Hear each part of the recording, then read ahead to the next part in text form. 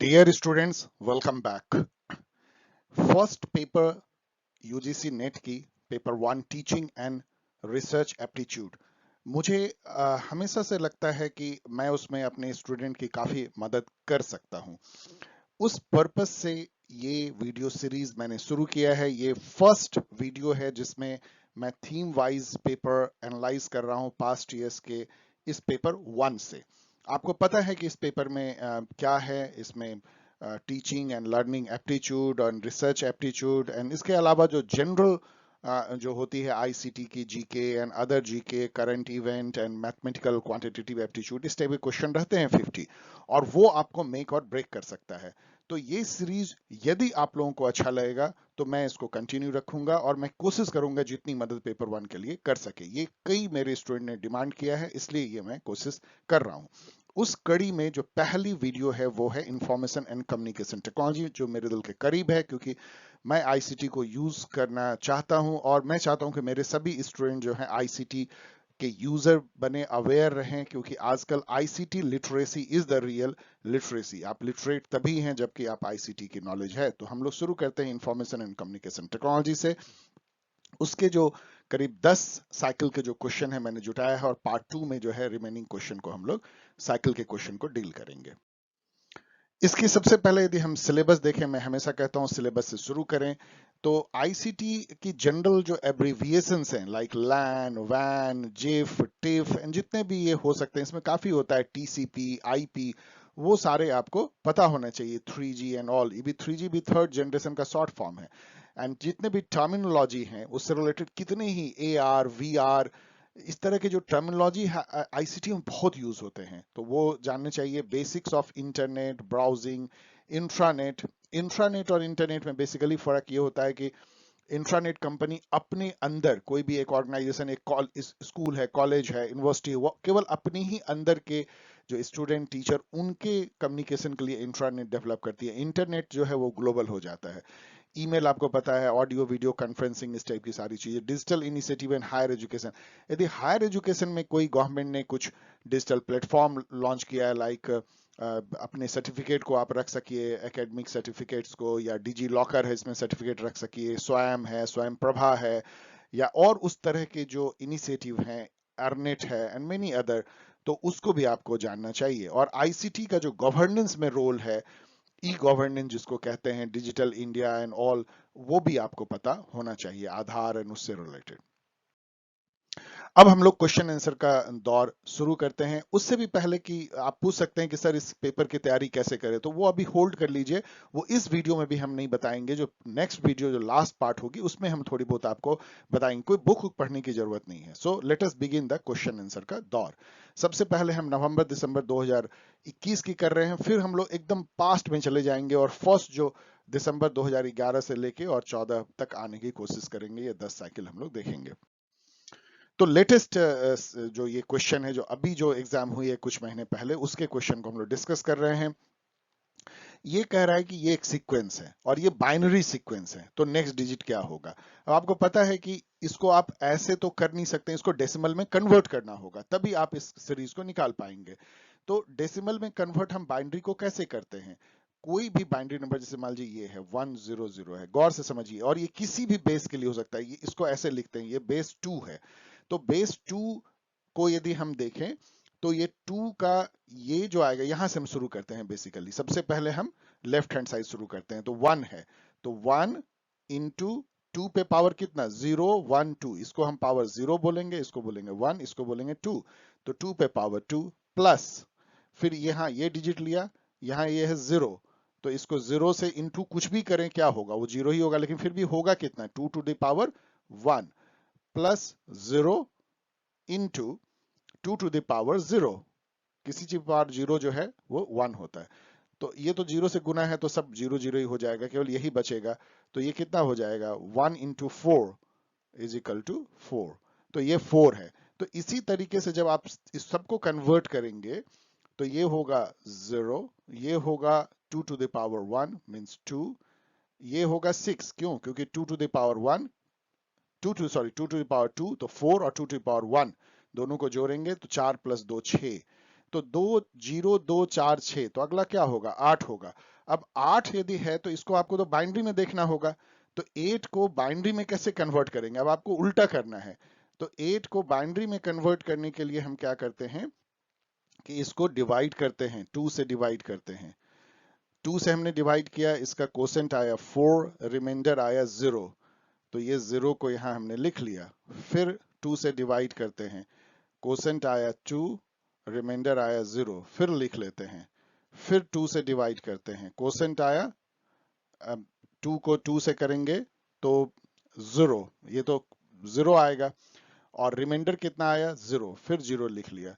और इसके बाद हमने जो है फिर इसको 2 से डिवाइड किया। यदि 2 से किसी भी चीज को डिवाइड करेंगे,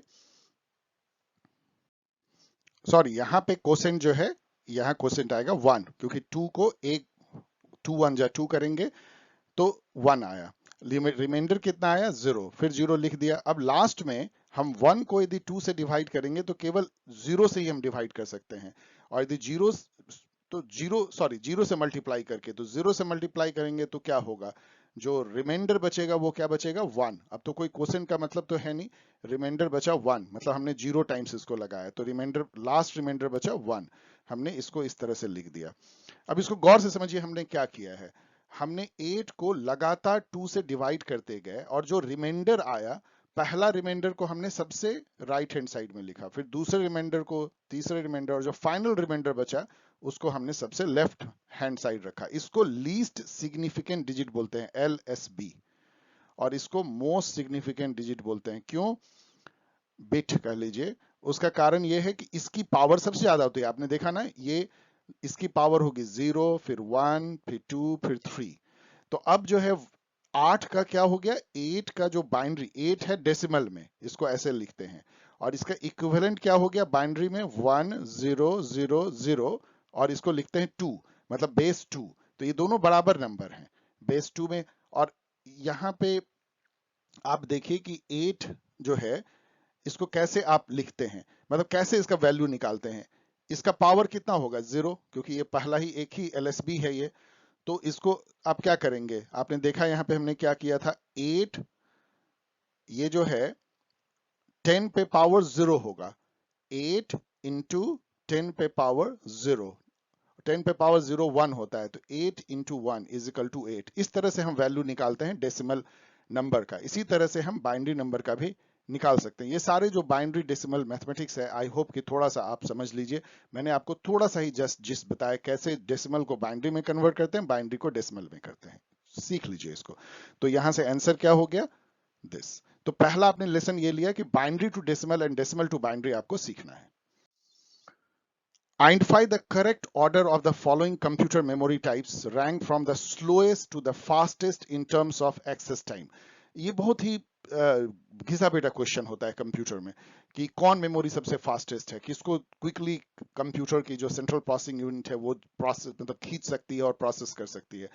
तो सबसे जो फास्ट मेमोरी होती है वो सीपीयू के अंदर बनी होती है। जो सीपीयू आप देख रहे हैं, इसके अंदर ही रजिस्टर्स होते हैं, इसके अंदर ऐसे रजिस्टर के अरे होते हैं, वो छोटी मेमोरी होती है, और उसमें वो जितने कंप्यूटेशन करते हैं उसके टेम्पोररी डेटा रखते हैं। तो रजिस्टर से फास्ट तो कुछ हो नहीं सकता, तो ई जो है वो फास्टेस्ट होगा। तो ई देखिए किस में अंत हो रहा है, 2 में, तो आपने इन दोनों को खत्म कर देना है। और उसके बाद जो है कैश मेमोरी जो होती है, कैचे भी बोल सकते हैं, कैश मेमोरी, जो कि मेन मेमोरी मतलब प्राइमरी मेमोरी और सीपीयू के बीच में होती है, वो फास्ट होती है। उसको जल्दी जल्दी जो है वो सीपीयू लेकर के मेन मेमोरी से नहीं लेता है प्रोसेस करने के टाइम में, वो कैश मेमोरी के एड्रेस रखता है और उस एड्रेस को फेच करके वो जल्दी जल्दी डेटा लेता है, छोटा मेमोरी होता है। तो ये कैश हो गया, ए उसके बाद होगा। तो बस इसको आप टिक मार दीजिए, फिर बी सी डी कर लीजिए। तो सबसे स्लो जो है वो सी डी रोम है, फिर हार्ड डिस्क है, और फिर जो है रैम है। इसमें से जो रैम है वो प्राइमरी मेमोरी है, मतलब ये प्राइमरी मेमोरी कहते हैं। रैम रोम जो है, रैम, इसको इसका फुल फॉर्म है रैंडम एक्सेस मेमोरी, ये भी पूछा जाता है। फिर यहाँ रोम भी प्राइमरी मेमोरी का होता है, रीड ओनली मेमोरी, क्योंकि इसको केवल रीड कर सकते हैं, इस पर राइट नहीं कर सकते हैं। रैम को रीड राइट दोनों कर सकते हैं। ये वोलाटाइल मेमोरी होती है। वोलाटाइल मेमोरी मतलब ये होती है पावर यदि आपने ऑफ कर दिया तो रैम की डेटा चली जाएगी। रोम जो है वो वोलाटाइल नहीं होती, पावर जाने के बाद भी इस पे डेटा रहती है, ईच रहती है। और जो हार्ड डिस्क है ये सब जो है सेकेंडरी मेमोरी है। तो आप यहाँ समझ सकते हैं कि यहाँ पे इसको डाल सकते हैं, hard disk, magnetic, floppy, pen drive, सब सेकेंडरी है। तो ओके, आई थिंक कि आपको ये काफी जो है इसमें नॉलेज मिला होगा। इन सबको जरूर गौर से देखिएगा, प्राइमरी मेमोरी क्या होता है, सेकेंडरी मेमोरी क्या होता है, रजिस्टर क्या होता है, कैश मेमोरी क्या होता है, चारों को बहुत गौर से देखिए, आगे भी कुछ क्वेश्चन आपको इस पे आएंगे। अब ये जो क्वेश्चन है वो है कि डिजिटल इनिशिएटिव जो एजुकेशन में ली जा रही है उस पे है, स्वयं, स्वयं प्रभा, डिजी लॉकर, नैड, ये सब को आपको जानना है क्या है। तो चलिए नैड से ही देखते हैं। नेशनल एकेडमिक डिपॉजिटरी, मतलब इसमें आप जो है ना ऑनलाइन अपने एकेडमिक अवार्ड, सर्टिफिकेट, डिप्लोमा, ये सबको रख सकते हैं, आपको कोई फिजिकल फॉर्म रखने की जरूरत नहीं है। और जनरल जो आप सर्टिफिकेट अपने, इसमें भी आप एकेडमिक अवार्ड रख सकते हैं, ऐसे भी कुछ कुछ भी रख सकते हैं, एफडी, डिपॉजिट, कुछ भी चाहे, पर्सनल डिटेल। तो डिजी लॉकर मतलब आपका डिजिटल लॉकर है, उसमें आप डिजिटल डॉक्यूमेंट्स को रख सकते हैं। स्वयं जो है ये एक प्लेटफॉर्म है, online free e learning platform government ने बनाया है।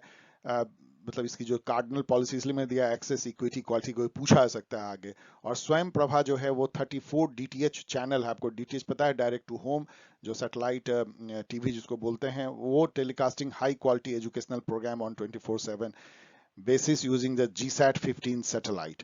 तो ये सारे जो है अब आपको मैंने बता दिया, तो आप सीधा मैच कर सकते हैं, ये बहुत आसान हो जाएगा। मैं यहाँ छोड़ दे रहा हूँ आपके लिए, आप इसको वीडियो को पॉज करके, इसको देख करके, मैच करके और इसको लर्न कर लीजिए। ये इससे लेकिन सबक क्या लेना है कि इस टाइप की यदि डिजिटल इनिशिएटिव आती है तो यहाँ करंट इवेंट का पार्ट बन जाता है, न्यूज़पेपर में आएगी, तो उस पर गौर कीजिएगा कि वो आपके यूजीसी नेट में पूछा जा सकता है, यदि गवर्नमेंट ने कोई इस टाइप का इनिशिएटिव लिया है तो। Which of the following statement about wikis are true? wiki जो बहुत पॉपुलर है, विकीपीडिया आपको पता है हम लोग यूज करते हैं, वैसे बहुत सारे विकी हो सकते हैं। विकी पेजेस कैन बी, मतलब एक तरह कोलेबरेटिव, मतलब नॉलेज शेयरिंग है, सब मिल करके इस पे जो है मॉडरेट करते हैं, जैसे कि गूगल डॉक होती है ना, उस टाइप से आप जो है उसमें मिल करके काम करते हैं। तो wiki pages can be locked by moderator to prevent vandalism. Vandalism मतलब कि कोई उसमें जबरदस्ती किसी का डिलीट कर रहा है, कोई किसी को उस एबोट, मतलब उसकी जो है, जिसको जिसको कहते हैं कि बर्बाद कर रहा है, उसके लिखे हुए को उसको चेंज कर रहा है, तो वेंडलिज्म है। तो उसको डिजिटल वेंडलिज्म, तो उसको लॉक करने के लिए मॉडरेटर के पास पावर होती है, ये ट्रू है। और every changes that is made to the wiki page is logged and can be viewed in a history list. ये तो आप कॉमन सेंस से समझ सकते हैं कि ये ट्रू होगा। यदि ऐसा नहीं होगा तो कैसे पता लगेगा किसने जो है किया। इवन गूगल डॉक में भी ये रिकॉर्ड रहती है। A wiki is design to allow people to collaborate easily. तो ये भी जो है ये कॉमन सेंस, ये दोनों कॉमन सेंस की क्वेश्चन है, ये सब भी कॉमन सेंस का क्वेश्चन है। तो ये कॉमन सेंस आप कह सकते हैं कि ये तीनों सही होगा, ए बी सी जो है इसमें सही होंगे। अब यहां पे आइए, इसमें दो स्टेटमेंट है, दोनों को टेस्ट करना है कि ट्रू या फॉल्स है।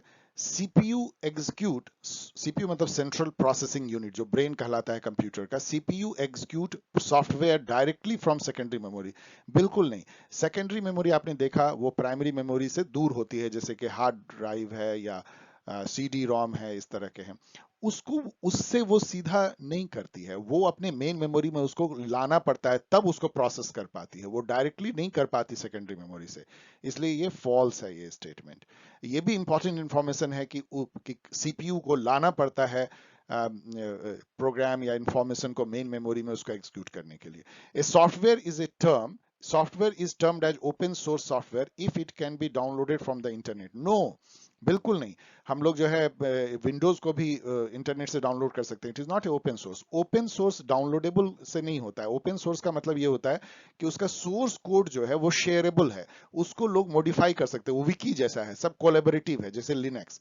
तो open source software is computer software that is released under a licence in which the copyright holder grants user the right to use, study, change and distribute the software and its source code. Source code क्या होता है? Source code basically वो program होता है जो programmer ने लिखा है, एकदम मतलब बेयर प्रोग्राम, जिसको आप पांडुलिपि कह सकते हैं। मान लीजिए कि आपको मैंने एग्जाम गाइड का जो है वो ओरिजिनल कॉपी दे दिया, जिसको हम पब्लिश करते हैं, तो उसी तरह से यदि मैंने प्रोग्राम लिखा जावा में, जावा स्क्रिप्ट में, और उसका आपको हमने सोर्स कोड दे दिया, तो आप सब कुछ कर सकते हैं। और नहीं, यदि मैंने उसको छिपा लिया, कंपाइल कर लिया, आपको मैंने उसका कंपाइल वर्जन दिया, सोर्स कोड अपने पास रख लिया, तो आप हमेशा डिपेंडेंट रहोगे मेरे ऊपर। आप आके बोलोगे इसमें चेंज कर दो, इसमें चेंज कर दो, लेकिन सोर्स कोड यदि आपको दे दिया तो आप खुद ही चेंज कर लोगे। This is source code. तो यदि सोर्स कोड शेयरेबल होता है, कोई भी उस पर वर्क कर सकता है, तो उस टाइप का जो सॉफ्टवेयर होता है वो ओपन सोर्स सॉफ्टवेयर कहलाता है। जैसे लिनक्स है, Mozilla Firefox and many other है। तो इसलिए ये भी स्टेटमेंट फॉल्स है। तो दोनों स्टेटमेंट फॉल्स है, बोथ स्टेटमेंट ये है, both are false. Identify the correct order in which the following computer memories are ranked from largest to smallest। अभी आपने देखा कि slowest to fastest था, अब है largest to smallest। तो देखिए सबसे जो लार्ज होता है वो तो हार्ड डिस्क से ज्यादा तो बड़ा हो नहीं सकता है, तो सी सबसे पहला होगा। तो सी, तो ये दोनों तो खत्म हो गया। उसके बाद ऑफ कोर्स रैम होगा, कैश और रजिस्टर बहुत बहुत कम मेमोरी होते हैं, लेकिन फिर भी कैश जो है रजिस्टर से ज्यादा होता है। इसमें बहुत कंफ्यूजन है, नेट पे यदि आप पढ़ेंगे तो लिखा रहेगा cash is the smallest and fastest, लेकिन आप जानिए कि रजिस्टर से फास्ट कोई नहीं हो सकता, क्योंकि रजिस्टर सीपीयू के अंदर होता है, और उससे छोटा कोई नहीं हो सकता क्योंकि वहां बहुत कम मेमोरी होती है, वो 32 बिट या 64 बिट, जबकि कैश में तो थोड़ा मेमोरी ज्यादा उससे होता है।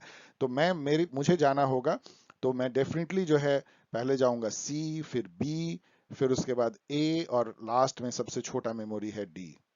लेकिन इसको मैं क्वेश्चन मार्क कर रहा हूं, और पढ़ लीजिए, चेक कर लीजिए कैश और रजिस्टर में। मेरे अनुसार से तो कैशे जो है वो बड़ा होता है, मतलब मेमोरी के एक्सटेंट में रजिस्टर से, और रजिस्टर फास्टेस्ट होगा, कैश उससे कम फास्ट होगा। यहाँ पे सॉरी कि इसी टाइप की है, ये एनटीए से डाउनलोडेड है, फिर भी देखिए किस टाइप का इसमें कट गया है, लेकिन पढ़ा जाता है। The largest decimal number that can be represented using a seven bit binary number is 128। अब इस क्वेश्चन को क्रैक करने के लिए आपको अगेन बाइनरी डेसिमल का कन्वर्सन पता होना चाहिए। देखिए 7 बिट यदि हम बाइनरी लेते हैं, 7 बिट का मतलब क्या हो गया, जैसे 1 2 3 4 5 6 7।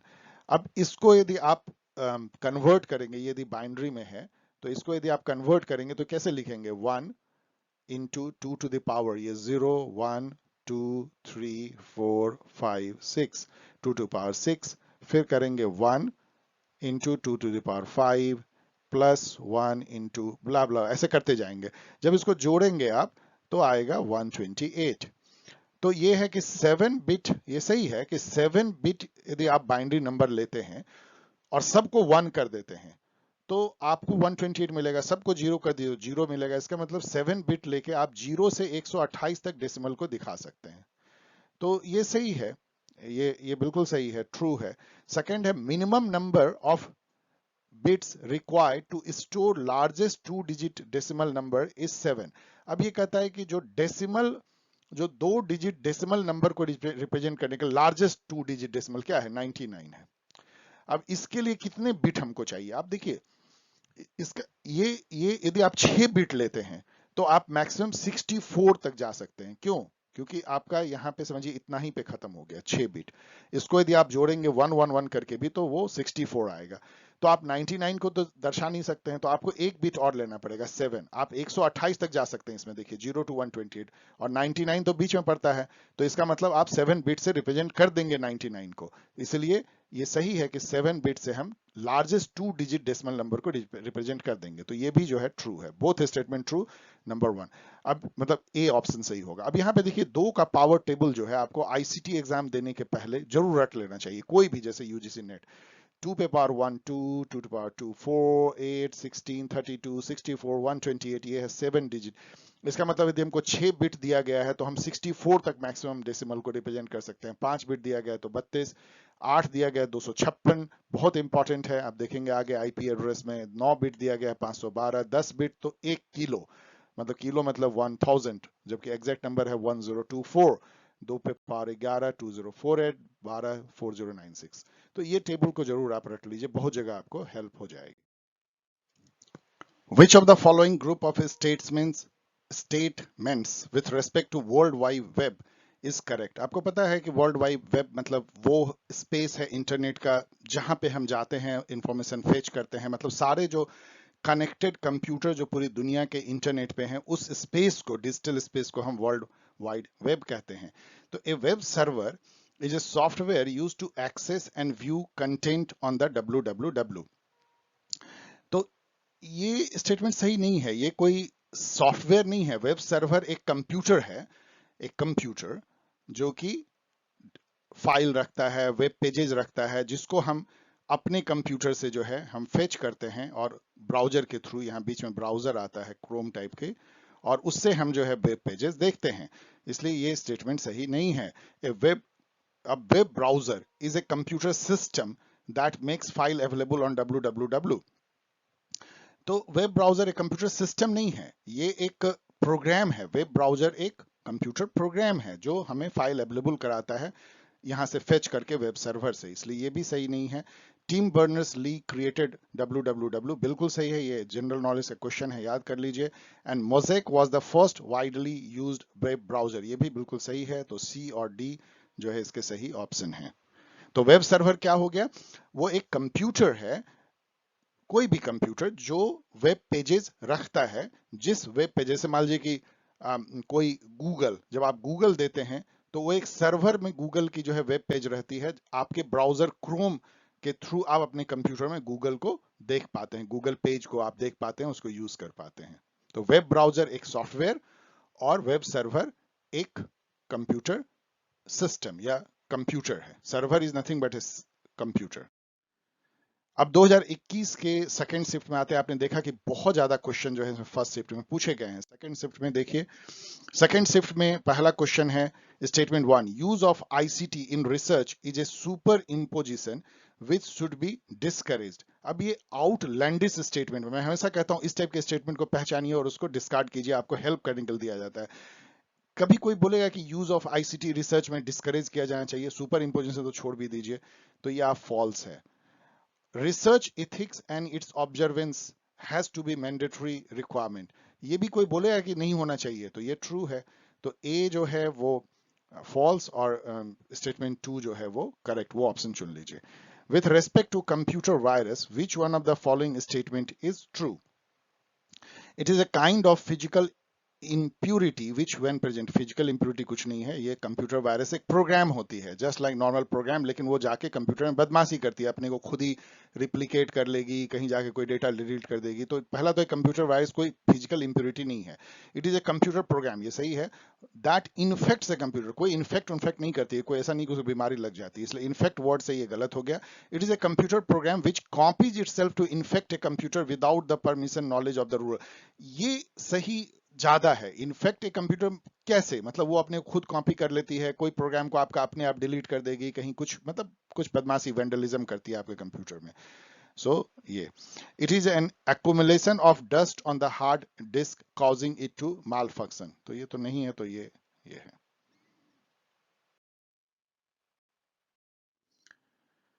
To differentiate a primary storage from a secondary storage in a computer system, which of the following statement is correct? तो आपने अभी देखा कि प्राइमरी स्टोरेज जो है वो रैम है, रोम है, जो कंप्यूटर के अंदर रहती है, लेकिन वो मतलब कैश मेमोरी और रजिस्टर की तुलना में थोड़ी दूर है सीपीयू से, और वो ह्यूज नंबर ऑफ डेटा रखती है। किसी भी प्रोग्राम को जब सेकेंडरी मेमोरी से एग्जीक्यूट करना पड़ता है तो उसको पहले प्राइमरी मेमोरी में लाना पड़ता है। तो primary storage is slower, more expensive and persistent, slower नहीं होती, फास्टर होती है। खत्म कीजिए, प्राइमरी मेमोरी इज फास्टर, मतलब सेकेंडरी की तुलना में फास्टर होता है, मोर एक्सपेंसिव होता है, बहुत महंगा होता है, एंड परसिस्टेंट, परसिस्टेंट नहीं होता। परसिस्टेंट मतलब होता है कि नॉन वोलाटाइल मेमोरी, मतलब जिसमें पावर चला जाए तब भी मेमोरी रहे, ऐसा नहीं होता। जनरली प्राइमरी मेमोरी जो है वो वोलाटाइल होती है, जनरली हम कह रहे हैं, इसमें तो बहुत सारे डेवलपमेंट हो गए, इसलिए primary memory is faster, more expensive and not persistent. Persistent memory मैंने आपको बता ही दिया। पर्सनल मेमोरी का एग्जांपल है magnetic media such as hard disk drive, tape and इस टाइप के जो DVD and even pen drive, जिसमें पावर चला भी जाए तब भी वो मेमोरी अपना रखता है, उसको परसिस्टेंट मेमोरी कहते हैं। प्राइमरी मेमोरी जनरली परसिस्टेंट नहीं होता है। अब यहाँ दो स्टेटमेंट देखिए, search engines are also known as web browser. क्यों कहेंगे? सर्च इंजिन डिफरेंट होता है, Google is a search engine, Chrome is a browser, दोनों एक नहीं है। सर्च इंजिन में आप कुछ भी लिखते हैं, आपको वो डिफरेंट डिफरेंट सर्वर के वेब पेजेस से खोज करके वो आपको बता देता है कि ये इंफॉर्मेशन है, और जो ब्राउजर है वो आपके कंप्यूटर को एक मीडियम देता है, इंटरफेस देता है वेब सर्वर से, जहां से कि आप वेब पेजेस को फेच करके देख सकते हैं, तो इंटरनेट को यूज कर सकते हैं आप वेब ब्राउजर के थ्रू। तो इसलिए ये फॉल्स है, सॉरी फॉल्स है। अब ये देखिए, is an example of valid IP address. अब इसको, इस क्वेश्चन को क्रैक करने के लिए आपको नॉलेज चाहिए कि आईपी एड्रेस, ऑफ कोर्स ये आईपी वर्जन 4 है, पहले याद रखिए, अभी आईपी वर्जन 6 भी आ गया है, लेकिन सॉरी IPv कर लीजिए, वर्जन 4, IPv4, IP वर्जन 4 ऐसे लिखते हैं। ये IP वर्जन 4 है, इसलिए 4 कहते हैं इसमें कि इसमें देखिए 4 ब्लॉक है जो डॉट से अलग है, ब्लॉक 1, ब्लॉक 2, ब्लॉक 3, ब्लॉक 4। अब इसमें फॉर्मूला ये है कि हर जो ब्लॉक है ना, ये ब्लॉक ऑफ कोर्स ये डेसिमल नंबर में लिखा हुआ है, ये जो डेसिमल है ये 0 से 255 के बीच ही होगा, इससे ऊपर नहीं होगा। तो अब यहां देखिए ये 365 हो गया, इसका मतलब 255 से ऊपर चला गया, इसका मतलब ये इनवैलिड आईपी एड्रेस है। यदि यही 255 के अंदर होता तो ये वैलिड हो जाता। इसका सिंपल फॉर्मूला है कि 4 ब्लॉक ऑफ डेसिमल नंबर होने चाहिए, हर ब्लॉक 0 से 255 के बीच होना चाहिए और डॉट से सेपरेटेड होना चाहिए। यदि ये है तो ये वैलिड आईपी एड्रेस है, ये वैलिड नहीं है, इसीलिए ये भी फॉल्स है। Both statement are false. अब यहां मैच करने के लिए है रैम को, सबसे पहले रैम को मिलाते हैं। रैंडम एक्सेस मेमोरी, जैसा मैंने बोला ये मेन मेमोरी है। तो holds program currently being run on the computer, यहां आप देखेंगे तो ब्रेन ऑफ कंप्यूटर तो होगा नहीं, क्योंकि ब्रेन ऑफ कंप्यूटर सीपीयू होता है, आपको पता है। तो डी का 1 से आप इसको मैच कर सकते हैं, तो ये दो तो खत्म हो गए। और रैम जो है आप इससे कर लीजिए, आप इससे भी चल सकते हैं, एएलयू से भी चल सकते हैं। Perform all computation and comparison operation, ये क्या है, अर्थमेटिक एंड लॉजिकल यूनिट है, ये लॉजिकल ऑपरेशन, तो यही है। ऑल कंप्यूटेशन मैथमेटिकल और कंपैरिजन लॉजिकल। तो सी का 2, तो सी का 2, और मतलब इससे तो बात बनेगी नहीं, ए आपको करना ही पड़ेगा, ए का 4। तो ठीक है, ए का 4 यहाँ पे है इससे। चलिए ठीक है, ये आप इजी है ये सबको। आप डीवीडी रोम आपको पता है, रोम जो है रीड ओनली मेमोरी है, डीवीडी रोम जो है can be written only once. अब यहाँ फिल इन द ब्लैंक्स है, मतलब आपको टेक्स्ट को इनपुट, मतलब टेक्स्ट इनपुट नहीं है, चूज करना है। चलिए ठीक है, तो चूज करनी है। अब 3G आपको पता है कि एक ब्रॉडबैंड सर्विस है, बहुत ज्यादा तो इसमें स्पीड होती नहीं, अब तो 4G भी आ गई है, 5G आने वाली है। 3G जो है एक, इसमें से लॉन्ग एंड शॉर्ट दो ही चुनेंगे। तो इन कंपैरिजन टू ब्लूटूथ, यदि हम ब्लूटूथ को देखें तो ये लॉन्ग रेंज है, तो यहाँ ये लॉन्ग को चुन लीजिए यहाँ पे। और some activity that require high bandwidth cannot be carried out using 3G, उतना ज्यादा इसमें होता नहीं है, तो इसको हाई को चुन लीजिए यहाँ पे। ब्लूटूथ जो है वो शॉर्ट रेंज की है, यहाँ शॉर्ट चुन लीजिए। और ब्लूटूथ लीजिए low cost mean of data transfer, सस्ता होता है, आप कान में लगाते हैं मोबाइल और बात करते हैं, तो ब्लूटूथ जो है सस्ता होता है, बहुत कम डिस्टेंस के लिए अगल बगल रख करके आप डेटा ट्रांसफर कर सकते हैं। तो इसमें क्या बना, सबसे पहले बना ए, तो ए के बाद जो है हमने किया था हाई, तो डी, तो डी, ए के बाद डी एक ही में है, तो चलिए इसको ठीक कर लीजिए। अच्छा क्वेश्चन, गुड क्वेश्चन। जून 2014 में देखिए, the grains that appear on television set when operated are also referred to as, आपको पता है कि टेलीविजन सेट में कभी, अब तो नहीं, अब तो एलईडी और एलसीडी आती है, पहले जब वो सीआरटी बेस आती थी, कैथोड रे ट्यूब, तो उसमें वो डॉट डॉट डॉट डॉट जाते थे, उसको ग्रेन बोलते थे, तो वो पहले की बात है, उसको स्नो या डॉट बोलते हैं, स्नो, ठीक है, आप जानते हैं तो जानते हैं। द एक्रोनेम फॉर एफटीपी, क्योंकि आपको इसने सिलेबस में कहा है कि हम एक्रोनेम पूछेंगे, तो बहुत वैलिड क्वेश्चन है। एफटीपी जो है बहुत इंपॉर्टेंट टर्मिनोलॉजी है, फाइल ट्रांसफर प्रोटोकॉल कहते हैं। ये स्टैंडर्ड कम्युनिकेशन प्रोटोकॉल है। प्रोटोकॉल मतलब क्या होता है, आईसीटी में प्रोटोकॉल का मतलब होता है, जैसे कि जीवन में भी होता है कि बात करने का एक प्रोटोकॉल होता है, यदि आपको किसी ने कहा नमस्ते तो आप भी नमस्ते बोलेंगे। तो ये कंप्यूटर लैंग्वेज में भी होता है कि आप किस तरह से आप फाइल ट्रांसफर करेंगे। एक कंप्यूटर सर्वर, एक क्लाइंट, जो जैसे मेरी कंप्यूटर यदि इंटरनेट पे जुड़ी है और मैं गूगल के वेब सर्वर से कोई फाइल डाउनलोड कर रहा हूं, तो मेरा कंप्यूटर क्लाइंट कहलाता है, और गूगल का कंप्यूटर जो है वो वेब सर्वर कहलाता है, सर्वर क्लाइंट। तो सर्वर क्लाइंट के बीच में फाइल ट्रांसफर प्रोटोकॉल जो है एक प्रोटोकॉल ऑफ लैंग्वेज है, जो कि फाइल को ट्रांसफर करने में हेल्प करता है। So it is this, which one of the, तो file transfer protocol. Which one of the following is not a image graphic file form, आपको पता है JPG, PNG, BMP, TIFF, GIF, ये सब जो है इमेज फाइल है, लेकिन जीयूआई जो है नहीं है। जीयूआई क्या है, ग्राफिक यूजर इंटरफेस, ये फाइल फॉर्मेट नहीं है, ये एक आप समझ लीजिए कि एक ग्राफिक बेस्ड ऑपरेटिंग सिस्टम है, जैसे विंडो हो गया, या एप्पल का जो मैकिंटॉस में जो आती है ऑपरेटिंग सिस्टम, जिसमें कि आपको इंस्टीड ऑफ टाइप करने के बजाय आपको क्लिक करके जो है वहां आइकन बने हुए हैं, आइकन कंट्रोल पैनल, आइकन है प्रिंटर, और उसको आप क्लिक करते हैं, फाइल एक्सप्लोरर, और उससे आप क्लिक क्लिक क्लिक करके करते हैं, सबकी आइकन बनी हुई है, फाइल के नेम की आइकन बनी हुई है। तो ये ग्राफिक यूजर इंटरफेस है।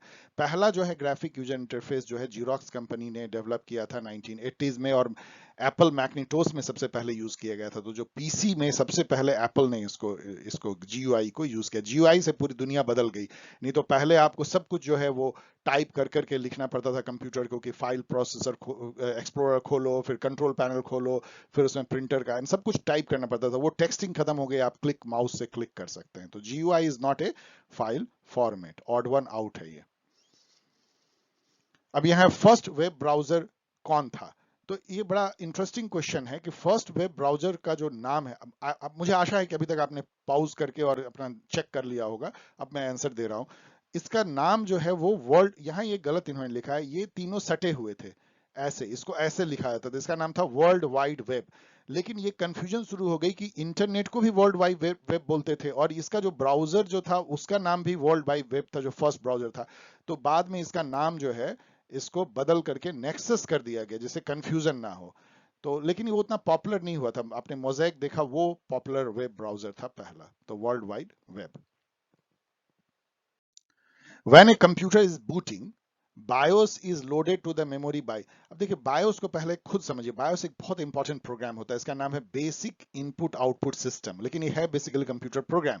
और ये प्रोग्राम क्या है, इसको बूट स्ट्रैप प्रोग्राम भी कहते हैं। मतलब कि जब कंप्यूटर को आप ऑन करते हैं, पावर देते हो, आप देखिए ब्लिंक करता है, बहुत कुछ होता है, उसके बहुत देर बाद आपका वो आइकन जो है GUI, जो अभी जस्ट आपने देखा, वो आपके स्क्रीन पे आता है। उसको आने में कई बार डेस्कटॉप कंप्यूटर में 2-3 मिनट लग जाता है, लैपटॉप में 30 सेकंड में जल्दी आ जाती है। तो उस समय में वो बायोस को जो है ना, वो जो सीपीयू है वो लोड करता है रोम से, वो रोम से लोड करता है, जो प्राइमरी मेमोरी है, रीड ओनली मेमोरी है। और जब एक बार अपने में वो बायोस को लोड कर लेता है, तभी आप जो है उससे कम्युनिकेट कर सकते हैं, क्योंकि तब जो है वो जिंदा हो जाता है, और उसकी सारी जो input output system, operating system, सबका कम्युनिकेशन स्टैब्लिश हो जाता है। वो एक छोटा सा बायोस जो है ना, वो छोटा प्रोग्राम होता है, और उसको हमेशा, चूंकि उस प्रोग्राम को मरना नहीं है, तो वो एक, और रोम में रहेगा तो वो तो मर जाएगा, मतलब सॉरी, रैम में रहेगा तो मर जाएगा, रोम में जो है परसिस्टेंट होता है, तो उसके लिए एक बैटरी स्मॉल रहती है, बायोस बैटरी। वो उससे पावर भी उसको देते रहते हैं हम लोग, कि वो कहीं जो है वो मतलब वो मेमोरी चला ना जाए। और वो बायोस की बैटरी जब वीक हो जाती है तब बहुत सारी प्रॉब्लम भी आती है। Which one of the following is not the same as the other three? यदि इस तीन में ऑड वन आउट यदि हम देखें, तो मैक एड्रेस एक फिजिकल एड्रेस है। मैक का फुल फॉर्म आप देख लीजिएगा, मशीन एक्सेस कोड या कुछ इस टाइप का है। मतलब ये फिजिकल एड्रेस है। हार्डवेयर एड्रेस भी फिजिकल एड्रेस है, फिजिकल एड्रेस तो फिजिकल है ही। तो ये basically physical and virtual address के बीच का डिफरेंस है। आईपी एड्रेस जो है वो एक वर्चुअल एड्रेस है। मतलब जैसे कि आपको एक आईपी एड्रेस हमने दे दिया, आपका नाम है, तो वो मतलब वो एक रियल एड्रेस नहीं है, वो एक वर्चुअल एड्रेस है। जैसे कि आपका रियल आधार नंबर है, एक वर्चुअल आधार नंबर है, तो रियल एड्रेस नहीं है, आईपी एड्रेस है, ये वर्चुअल एड्रेस। और ये सब जो है फिजिकल एड्रेस है, रियली किसी कंप्यूटर को दे दिया जाता है। और चूंकि आईपी एक वर्चुअल एड्रेस है, तो आज इसको दिया जा रहा है, कल इसको दिया जा रहा है, वो डायनेमिकली एलोकेट किसी भी सिस्टम को, किसी भी कंप्यूटर को की जा सकती है। Identify the IP address from the following. अभी आपने देखा कि आईपी एड्रेस का क्या गुण है। पहले तो 4 ब्लॉक होने चाहिए, तो 4 ब्लॉक हैं, और सब डॉट से सेपरेट होना चाहिए। ये डॉट से सेपरेट नहीं है तो ये खत्म हो गया, ये माइनस से सेपरेट है, खत्म हो गया। और हर ब्लॉक जो है उसमें 0 से 255 के बीच ही जो है वो डिजिट होने चाहिए, डेसिमल डिजिट। तो ये 300 हो गया, तो ये खत्म हो गया। तो एक ही वैलिड बचा। इसमें देखिए 202, 50, 20, 148, सारे जो चारों ब्लॉक हैं वो 0 से 255 के बीच में है, और डॉट से अलग हैं, तो सही है। यहां मैंने इसको पूरा लिख दिया, आप पढ़ लीजिएगा कि आईपी एड्रेस जो मैं आपको बता रहा हूं वही है, कि 4 डिजिट जो है वो डॉट से सेपरेट होने चाहिए, सभी 0 से 255 के बीच होने चाहिए। तो आईपीवी वर्जन 4 जो ये है, इसमें टोटल 32 बिट होते हैं। क्यों क्यों होते हैं 32 बिट? ये 8 बिट है, ये 8 है, ये 8 है, 8 है, क्योंकि 8 बिट मतलब 256 तक, मतलब 0 से 255 तक जा सकते हैं। तो 8 चौके 32, तो 32 बिट होते हैं। लेकिन जो आईपी वर्जन 6 होता है, जिसके बारे में आगे क्वेश्चन भी आपको पूछा, उसमें 128 बिट होते हैं, मतलब 4 गुना जो है वो ज्यादा बिट है आईपी वर्जन 4 से। और आईपी वर्जन 6 में चूंकि 128 बिट है, उसका स्ट्रक्चर बहुत अलग है। उसमें 8 ग्रुप होते हैं 4 के बदले, और ये एक जो ग्रुप है ना, इसमें 4 जो हैं वो, ये हेक्साडेसिमल नंबर हैं, ये सारे हेक्साडेसिमल हैं, ये दो जो है 0001 ये सब हेक्साडेसिमल है। तो ये 16 बिट को जो है रिप्रेजेंट करता है। ये 444 बिट लेके हेक्सा बिट दो को यदि आप ले लीजिए और उसको हेक्सा में बदल लीजिए तो ये 16 बिट है और ये टोटल 128 हो जाता है। आईपी वर्जन 6 के बारे में तो पूरी क्लास ली जा सकती है, लेकिन ये आपको बेसिक है कि इसमें आईपी वर्जन 4 जो यहाँ आप देख रहे हैं इसमें 32 बिट होते हैं, आईपी वर्जन 6 में 128 बिट होते हैं। आईपी वर्जन 4 में जो है 4 ब्लॉक जो है 0 से लेकर 255 डेसिमल डिजिट के बीच डेसिमल से अलग होते हैं। इसमें जो है 8 ब्लॉक जो है हेक्सा डेसिमल नंबर के, जो कि डॉट नहीं कोलन से अलग अलग होते हैं। इसमें कोलन, इसमें डॉट नहीं होता है। और हर जो हेक्सा डेसिमल जो ब्लॉक है वो 16 बिट को रखता है, तो 16 इंटू 8 128। इतना केवल जानने से आपका काम यूजीसी नेट में चल जाएगा किसी भी कम्पिटिटिव एग्जाम में। अब आइए दिसंबर 2013 के पेपर 1 को देखते हैं।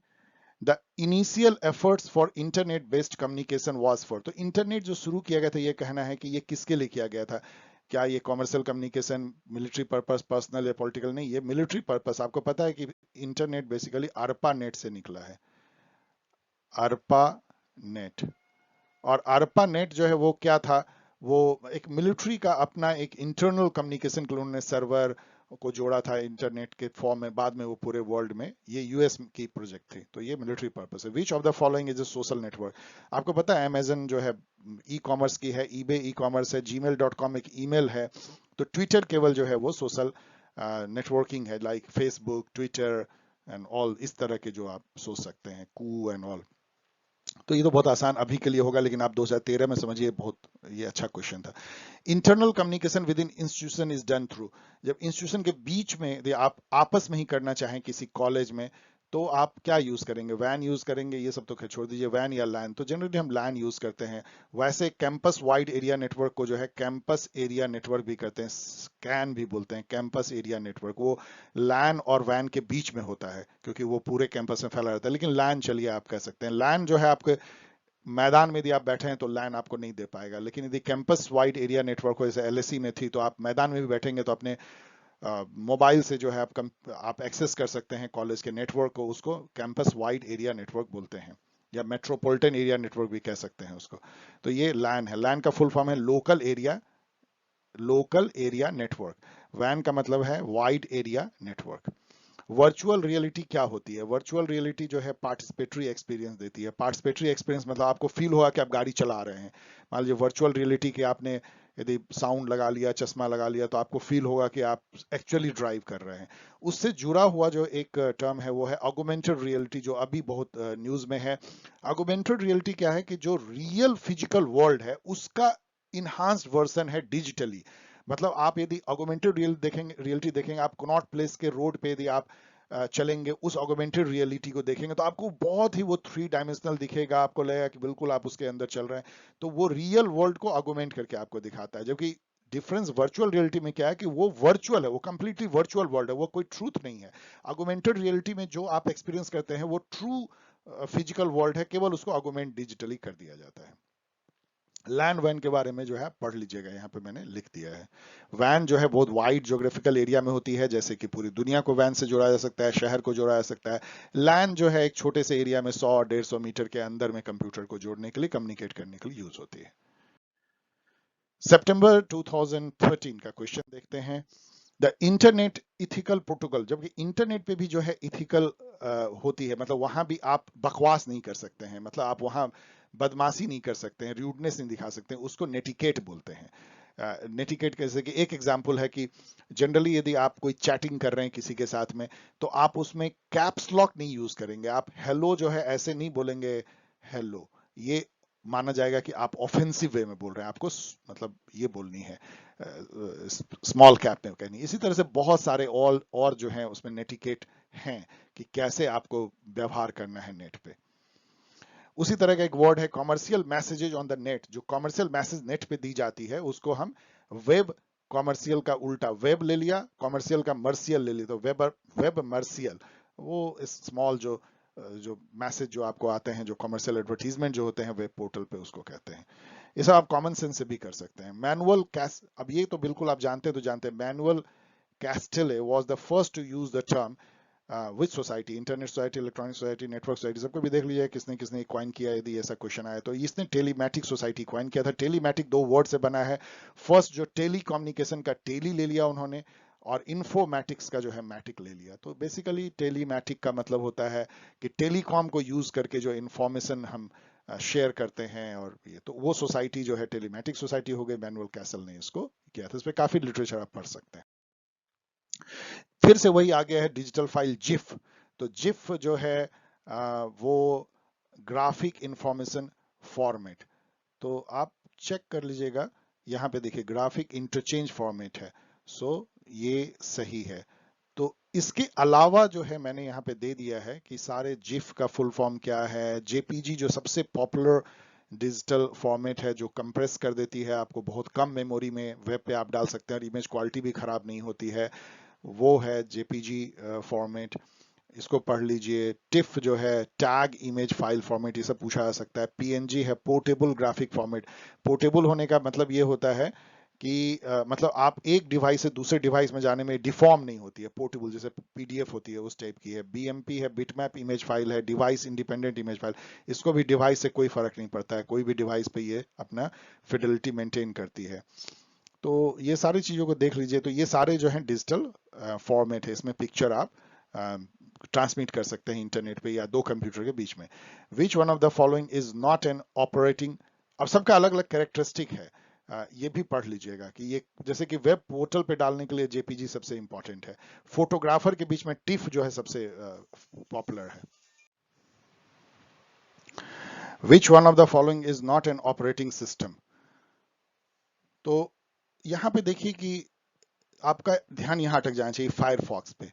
अब फायरफॉक्स जो है कोई ऑपरेटिंग सिस्टम तो है नहीं। फायरफॉक्स जो है वो एक मोजिला फायरफॉक्स अभी आप यूज करते हैं, वो एक ब्राउजर है, वेब ब्राउजर है।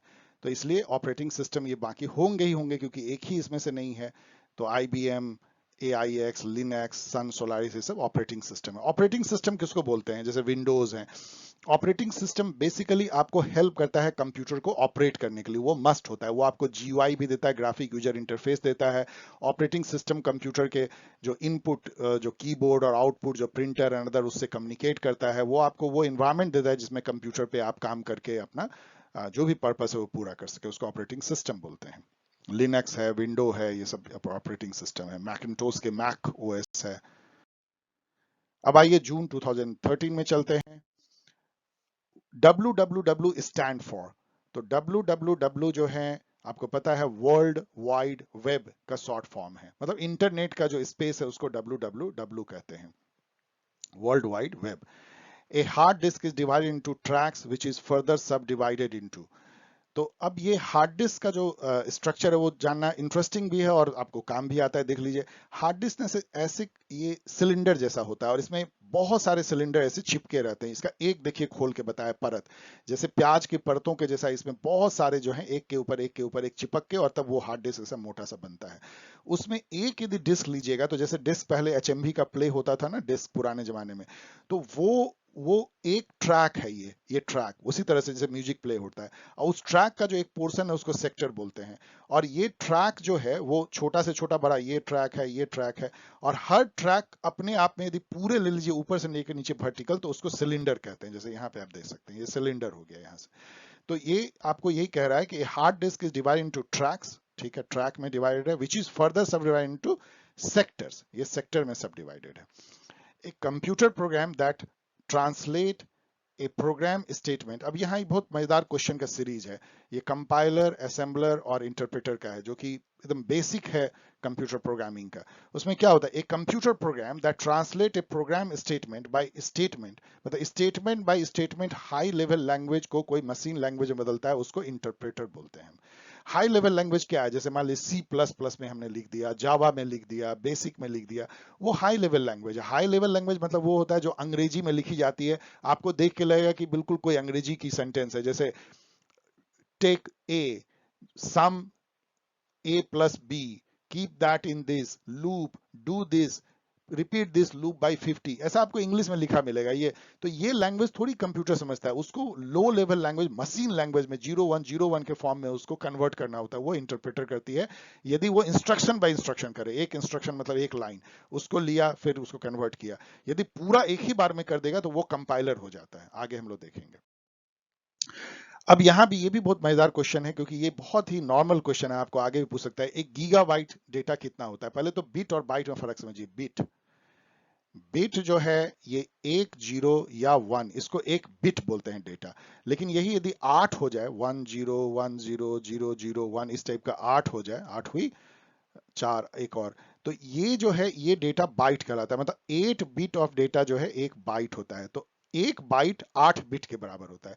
अब ये एक गीगा बाइट जो है वो कितने मेगा बाइट के बराबर होगा? तो इससे यहां से आप रख लीजिए, 1000 megabyte 1 gigabyte. Kilo जो है 10 का पावर 3 को किलो बोलते हैं, मतलब 1000 kilo, 10 to the power 3। Mega 10 to power 6, giga 10 to power 9, tera 10 to power 12, penta 10 to power 15, like that, इसको रख लीजिए। तो इसलिए चूंकि ये जो है मेगा 10 टू पावर 6 है और गीगा 10 टू पावर 9 है, तो दोनों में पावर का डिफरेंस क्या है? 10 टू द पावर 3, मतलब 1000। इसका मतलब कि 1000 मेगाबाइट इज 1 गीगाबाइट। मैं जो बोल रहा हूँ जल्दी बोल रहा हूँ, लेकिन आप इसको गौर से 2-3 बार सुनिएगा और इसको रट लीजिएगा, तो आप समझ जाइएगा। इस टाइप के क्वेश्चन आप सारे बना सकते हैं। So 1 gigabyte is equal to 1024 megabyte. जब हम 1000 बोलते हैं तो बेसिकली वो 1024 होता है, बिकॉज ये बिट्स एंड बाइट्स में होता है, उसमें उतना का डिफरेंस आ जाता है। एक कंपाइलर इज ए सॉफ्टवेयर, अभी जैसे मैंने आपको बताया कि एक झटके में ये हाई लेवल लैंग्वेज को मशीन लैंग्वेज में बदल देता है, हाई लेवल लैंग्वेज को मशीन लैंग्वेज में कन्वर्ट कर देता है। वर्चुअल मेमोरी क्या होती है? वर्चुअल मेमोरी आपने अभी देखा कि सेकेंडरी मेमोरी है, प्राइमरी मेमोरी है, लेकिन कई बार प्राइमरी मेमोरी उतना नहीं होता है जितना कि कंप्यूटर को चाहिए, तो वो एक पल के लिए वो एक वर्चुअल एड्रेस बना देता है। उसको तो एड्रेसिंग से मतलब होता है, और वहां पे वर्चुअली वो मेमोरी क्रिएट करता है। वो होती नहीं है, लेकिन उसको उस पर्पस के लिए उस समय में काम चल जाता है, बिकॉज वो memory is basically a memory address. अब उस पर आगे आप और समझ सकते हैं। सो it is illusion of extremely large main memory. वो लगता है कंप्यूटर को बहुत ज्यादा मेन मेमोरी है, क्योंकि मेन मेमोरी बहुत महंगा होता है, इसलिए वर्चुअल मेमोरी हम लोग यूज करते हैं। कंपाइलर, इंटरप्रेटर, असेंबलर को एकदम रट जाइए। Compiler is a software that convert entire program at once written in high level language into machine language. Interpreter वही काम करता है, लेकिन एक स्टेटमेंट एक बार में करता है। हाई लेवल लैंग्वेज प्रोग्राम को मशीन लैंग्वेज में बदलता है, one instruction at a time. और असेंबलर क्या करता है? एक असेंबली लेवल लैंग्वेज को मशीन लेवल लैंग्वेज में कन्वर्ट करता है। असेंबली लेवल लैंग्वेज जो है वो हाई लेवल लैंग्वेज नहीं है, उसमें बड़े ही वो बिट बाइट में, मतलब बिट बाइट में तो नहीं, लेकिन हेक्साडेसिमल में लिखा जाता है। मतलब कि वो थोड़ा करीब है मशीन लैंग्वेज से, लो लेवल प्रोग्राम कहलाता है। लेकिन उस लो लेवल को भी मशीन लेवल में कन्वर्ट करने के लिए असेंबलर चाहिए होता है। दिसंबर 2012 में आई है। ALU का फुल फॉर्म क्या है? आपको पता है? ये बहुत सही क्वेश्चन है, क्योंकि उन्होंने कहा है कि हम एब्रीविएशन पूछेंगे। आपने देखा कितने एब्रीविएशन है, आप 50-60 रट लीजिए, आपका काम चल जाएगा। ALU है अर्थमेटिक लॉजिक यूनिट, यहां भी देख सकते हैं। अब ये कंप्यूटर का बेसिक है। कंप्यूटर का जो ब्रेन है उसको CPU कहते हैं, ये CPU है बीच में। CPU के भी 3 पार्ट होते हैं। एक है कंट्रोल यूनिट CU, जो उसका रियल ब्रेन है, जिसमें माइक्रो प्रोसेसर चिप लगा होता है, वही उसका दिमाग है। और उसी के अंदर में एक अर्थमेटिक लॉजिकल यूनिट होता है, जहां वो सारे अर्थमेटिकल कैलकुलेशन करता है और कंपैरिजन करता है। वहीं पे जो है उसकी मेमोरी होती है, मेन मेमोरी। आपने देखा कुछ मेमोरी जो है वो CPU के अंदर होती है, उसको रजिस्टर बोलते हैं। कुछ जो है मेन मेमोरी और CPU के बीच में होती है, उसको कैश मेमोरी बोलते हैं, जो कि बहुत तेजी से वो फेच कर पाता है, चूंकि बहुत महंगा होता है इस मेमोरी, इसलिए वो थोड़ा रखते हैं।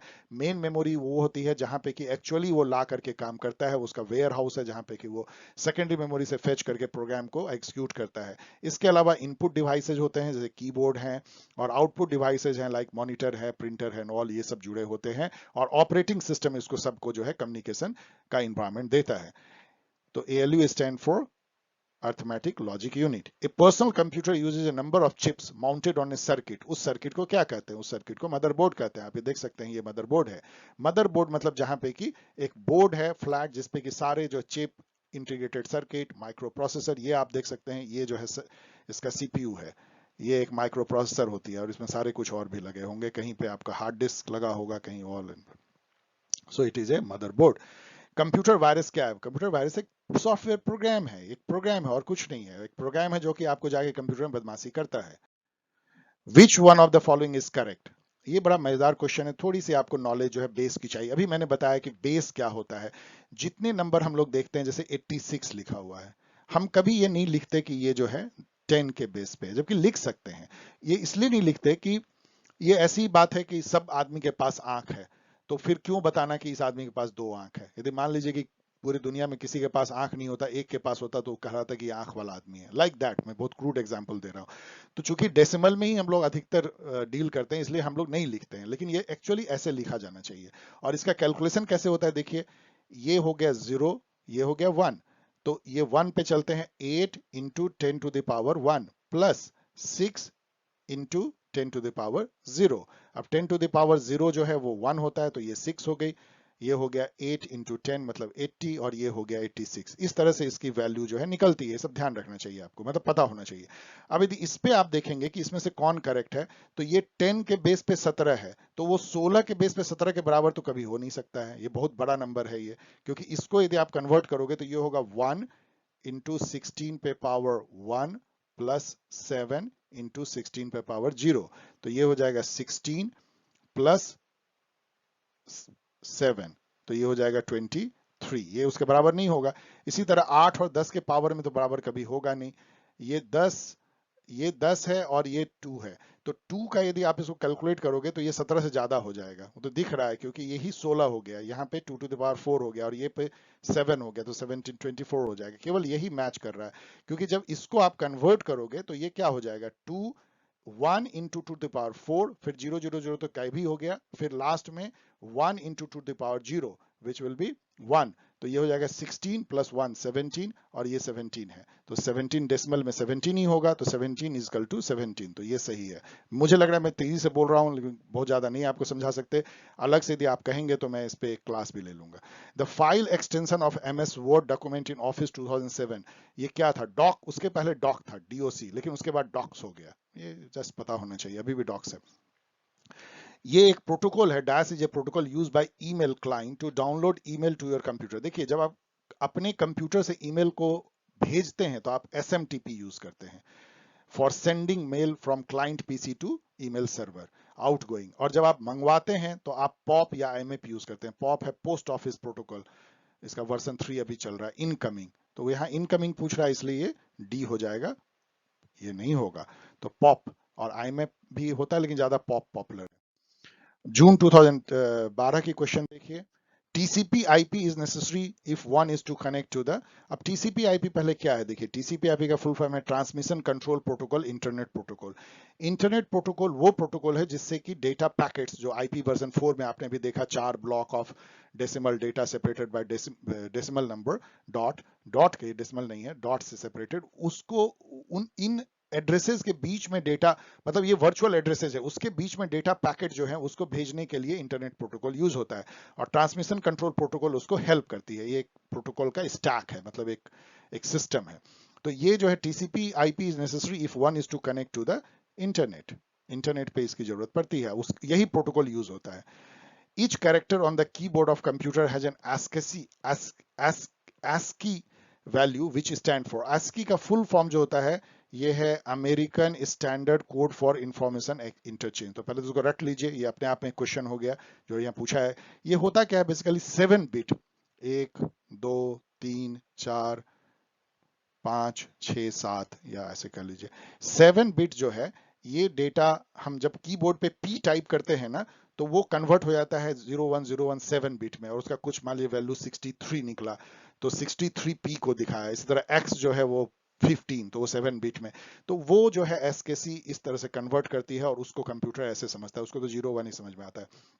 यहाँ पे जस्ट मुझे मन में आया कि मैं आपको कैप्चा के बारे में बताऊं, ये आगे क्वेश्चन पूछ सकते हैं। कैप्चा जो है, इसका फुल फॉर्म होता है completely automated public Turing test to tell computers and human apart.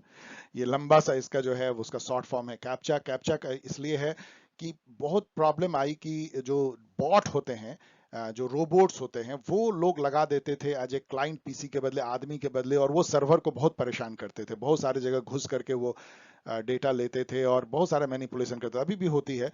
तो उसको रोकने के लिए जो है कैप्चा यूज किया गया। कैप्चा जो है वो ऐसा है कि कंप्यूटर उसको नहीं पकड़ पाता है, इस तरह के टेढ़े मेढ़े इसको, या बॉट नहीं पकड़ पाते हैं, लेकिन आदमी जो है वो इतना इंटेलिजेंट होता है कि वो पकड़ लेता है। तो आदमी और कंप्यूटर के बीच में, कि कंप्यूटर एक्सेस कर रहा है, मतलब कि कोई मशीन एक्सेस कर रहा है, रोबोट एक्सेस कर रहा है, बॉट एक्सेस कर रहा है, कि कोई आदमी एक्सेस कर रहा है वेब सर्वर को, उसके लिए कैप्चा यूज होती है। अब ये स्टैंडर्ड बन गई है।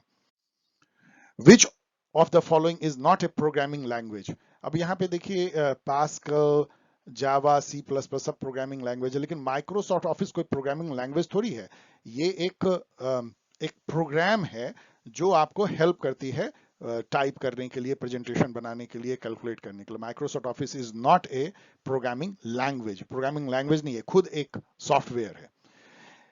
Minimum number of bits required to store any 3 digit decimal number. अभी आपने देखा 2 डिजिट डेसिमल नंबर जो मैक्सिमम है वो 99 थे, इसके लिए आपको 7 बिट चाहिए था।